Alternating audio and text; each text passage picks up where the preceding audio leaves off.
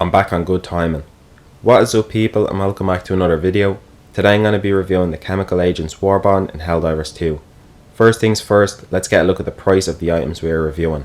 On page 1, the G4 gas grenade costs 30 medals and the AF50 Noxious Ranger armor costs 78 medals.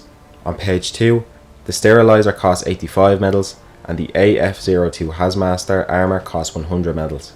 And then on page 3, the P11 Stim pistol costs 80 medals and the Guard Dog Breath costs 110 medals. Moving on to stats, the G4 gas grenade has 3 damage, 6 penetration, an outer radius of 7 and a fuse time of 2.9 seconds with its weapon traits being caustic. The P11 Stim pistol has 0 damage, a capacity of 6, a recoil of 23 and a fire rate of 70 with its weapon traits being one-handed, rounds reload and stimulative. The Sterilizer has a call-in time of 4.75 seconds, unlimited uses and a cooldown time of 480 seconds, and its stratagem traits are support weapon and caustic. And the Dog Breath has a call-in time of 9.75 seconds, unlimited uses and a cooldown time of 480 seconds, and its stratagem traits are backpack and caustic. The Noxious Ranger armor set has the standard light armor stats with the advanced filtration armor passive, which provides 80% resistance to gas damage and effects. And then the Hazmaster armor set has the usual medium armor stats with the same armor passive previously mentioned. Taking a closer look at the weapons, here are the stratagem codes for the Sterilizer and Dog Breath. You get 4 gas grenades and the Stim pistol comes with 24 darts and holds up to 6 at a time with no additional weapon options. The Sterilizer comes with 4 canisters with each one holding 100 rounds and has no additional weapon options, and the Dog Breath has 7 canisters. So with all of that out of the way, let's get into the review. The first weapon we're going to take a look at is the P11 Stim pistol. This is the only non-gas related weapon in this Warbond. Its pros would be the medkit armor passive and experimental infusion booster being able to work in tandem with the pistol, and then the large amount of ammo it comes with when you take into consideration what it can do or should be able to do. But those are its only pros. Other than that, it's useless. It heals too little per dart. Yes, the healing effect can stack, but the chances of you landing enough darts consistently to do so on higher levels is very unlikely due to the slow fire rate and bullet velocity. Even if you do manage to communicate with your teammate and have them stand still, it can be very hit or miss on the dart actually working, and as you know, not moving on higher difficulties is a death sentence, and you can't stim yourself. Now I know this would have had to be carefully implemented so it wasn't overpowered, but there's definitely a way to do that. Overall, it's pretty garbage at the moment. To get any use out of this, you would have to run medic armor with the met stims and be playing with friends so you can actually communicate and heal them when needed. Some changes would be to increase the bullet velocity drastically, make it consistent in actually healing the players, and make it so you can heal yourself but keep it to a small amount per dart and you can only use 6 darts per life. The G4 gas grenade is up next. It's actually quite decent and probably my second favourite weapon in this Warbond. You throw it, it explodes and leaves a cloud of gas which confuses enemies and gives you a chance to either run away or fight and have a better chance of getting to weak spots of enemies. It's like an alternative to the stun grenade, but instead of making the enemy static, you send them off in all different directions, which may or may not work out in your favour. An example where this grenade works really well is the nuke nursery missions. Once you call in the hive breaker drill and activate it, throw gas grenades one after the other on it, which will keep enemies away, and you should be able to prime the nuke no problem every time. Overall, it's a pretty solid option and an alternative to an already existing grenade. Now the Sterilizer and the Dog Breath, I'm going to do these both together because they're essentially the same, with the only difference being one is manually operated and the other is automatically operated.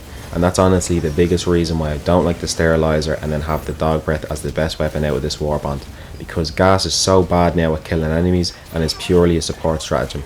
Therefore, having something like the Sterilizer which can't kill anything, and I mean anything in a reasonable time, and can't even confuse them for long either because the gas dissipates so fast, means it's only useful when used in combination with another weapon or player, and using it with another weapon isn't viable because going from the Sterilizer to the Torture, for example, is pretty pointless. You might as well start with the Torture, where at least with the Dog Breath you can use both gas and flames at the same time, and that works quite well. The Sterilizer also has 4 canisters, the same as the flamethrower, and it feels really lackluster, whereas the Dog Breath has 7 and has very good range, and doesn't do much damage to yourself or teammates. So in conclusion, the gas stratagems fall apart due to the change in gas. If gas still worked the same way before this Warbond came out, they'd both be very good, but because it's purely for confusion and the gas effect doesn't stick around, it's only the Dog Breath that is any use in my opinion. Looking at the armor passive Advanced Filtration with an 80% resistance to gas damage and effects, Is it cool? Yeah. Is it also a bit redundant because gas damage is enough to hurt a Helldiver without this armor passive, but not enough to hurt enemies in any meaningful way in its current state? Yeah. Although interestingly, if you wear the lockdown heavy armor set with this passive and pair it with the vitality enhancement booster, you have full immunity to gas, which is most likely a mistake. But how I think these passives should work with heavy armor, because it's not good enough, and something like this would be a nice buff to that particular set. There's no booster unfortunately, so the only things left to discuss is the cosmetics. The mustard pattern is very nice but shouldn't be in a Warbond. The victory pose and emo are great, all the armor designs are amazing, and that's it really. So I think this Warbond was a really cool concept and an attempt at trying to introduce a support role to Helldivers 2, but it doesn't work well at all. The only way these weapons are viable is if you use them alongside another weapon or play with a teammate, and even then I was left with the feeling of surely using a flamethrower or some form of anti-tank first would be more effective, or using 2 flamethrowers instead of 1 and a sterilizer would get this job done quicker. It feels like you're adding an unnecessary step that slows down how quickly you will kill the enemy and probably result in more bug breaches and bot drops getting called. To me, there is also shadows of the Freedom's Flame incident. Let me explain. Before that Warbond came out, the devs released a patch which heavily nerfed fire damage. If we look at chemical agents, the 2 biggest appeals are the gas weapons and Stim pistol, and 2 days before the Warbond came out they changed how Helldivers take damage and how gas works. Let's take a look. Helldivers now take less damage from headshots, which previously dealt 100% extra damage but now inflict only 50% extra damage. Damage from hits to other body parts has been slightly increased depending on the area hit. This adjustment aims to normalise overall damage while maintaining detailed damage zones, reducing spike damage. Although they say slightly increase the change of damage to extra body parts, it is extremely noticeable, and Helldivers are the most fragile they've ever been. This means that someone who has a small bit of damage that you'd want to heal with the Stim pistol won't wait and will Stim immediately, as waiting would result in death, and if they have no Stims that is most likely a death sentence before you can get to them as well, rendering the Stim pistol far less useful.